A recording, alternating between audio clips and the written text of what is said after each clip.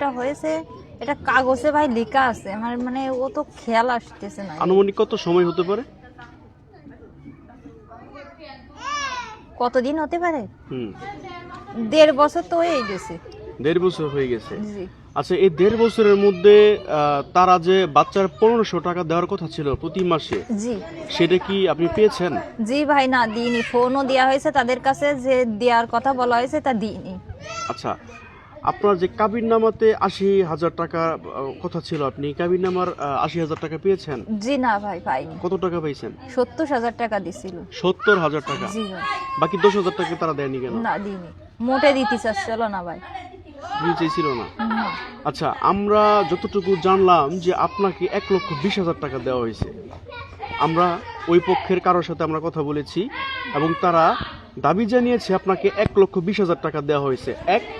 আপনার 80,000 টাকা দেওয়া হয়েছে কাবিননামার সম্পূর্ণ টাকা। জি। দ্বিতীয় কথা হলো, আপনাকে মানে আপনার জন্য, আপনার শুধুমাত্র ভরণ পোষণের জন্য 20,000 টাকা দেওয়া হয়েছে এবং আপনার বাচ্চার জন্য আরো 20,000 টাকা দেওয়া হয়েছে। এটা কি সত্য নাকি? জি না ভাই, ওরা যখন এসেছিল তখন ওরাদের সামনে নিয়ে আমার হাতেই টাকা দিছিল। তা আমি কাঁদছিলাম ওই সময়, তখন আমি বলছিলাম আমার বাচ্চার হাতে দাও, তখন ওও কাঁদছিল। আমার কান্না দেখে, ছোট বাচ্চা মানুষ তো, তারপরে তাই বলতেছে না তুমি নাও। তাই তখন আমি নিয়ে আমি গুনে দেখেছি যে 70,000 টাকাই ছিল।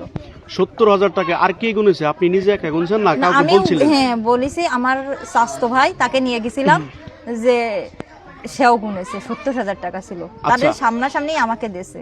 কাবিননামাতে আমরা দেখলাম 80,000 টাকা আপনাকে ইতিমধ্যে দেওয়া হয়েছে এবং সেখানে লেখা আছে, এবং 80,000 টাকার উপরে স্বাক্ষর করেছেন আপনি। তাহলে 70,000 টাকা কিভাবে হলো? কিন্তু আমার হাতেই তো ভাই 70,000 টাকা দেছে।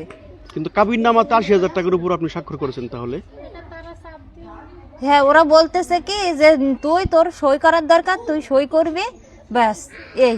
তা আমি সেই পালি ভাই, আমি কাঁদছিলাম তো তখন, তো আর মনে করেন মাথার ভিতর তো এটাই আসেনি ভাই। কোনো মেয়ের কি আসে?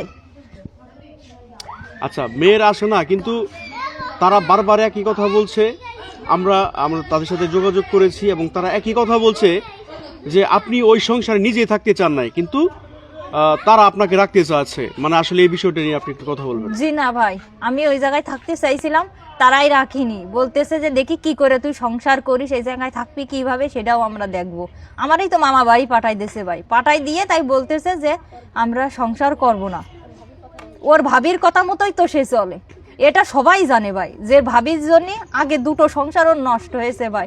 তবে আমি দিয়ে তৃতীয় বউ, কিন্তু ভাই আমারও যে এই প্রথম বিয়ে তা না ভাই। আমি আগেও আমার একটা বিয়ে হয়েছিল, সেই জায়গা দায়তলা ফতেপুর, ওই জায়গাতে ওরা দেখে শুনে যাচাই বাছাই করেই নিয়েছে ভাই। আমাদেরও যাচাই বাছাই করতে দিইনি, আর গরিব মানুষ তো, এরাও মনে করে যে দিয়ে দিলে হয়ে গেল ভালো, বুঝেছেন?